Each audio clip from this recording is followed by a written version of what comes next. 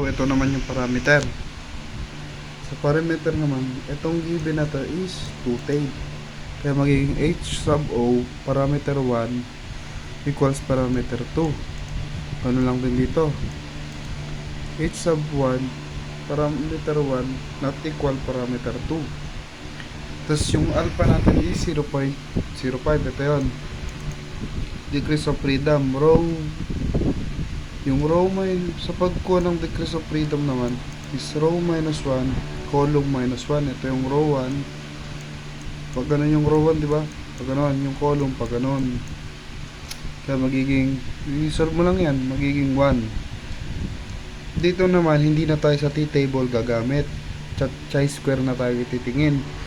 Tapos yung sa pagtingin sa chi-square, diba yung ano natin doon is 0, yung alpha natin 0.05 tsaka 1. Kaya magiging 3.884 1. Sa expected frequency naman natin, saan nakuha tong 35?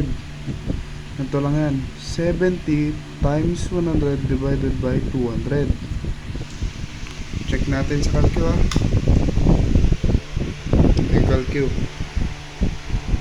70 times 100 equals divided by 200 equals 35.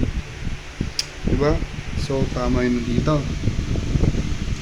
Ganun lang din sa 65. 130 times 100 divided by 200. Next.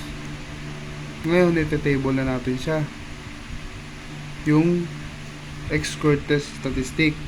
Yung FO natin, ito yung mga given. 20, 80, 50, 50. Yung FP natin, yan. 35, 65, 35, 65. Ngayon, FO minus FE squared lang natin. FO minus FE squared. Ganito lang yan, no? Yung FO natin is 20.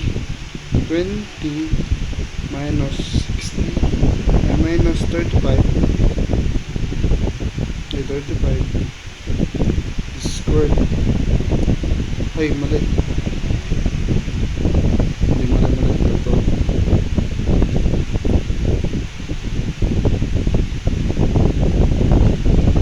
Bigyan natin siya ng parenthesis. O yan, 225. Ayan o, 225. Ganun lang din sa iba.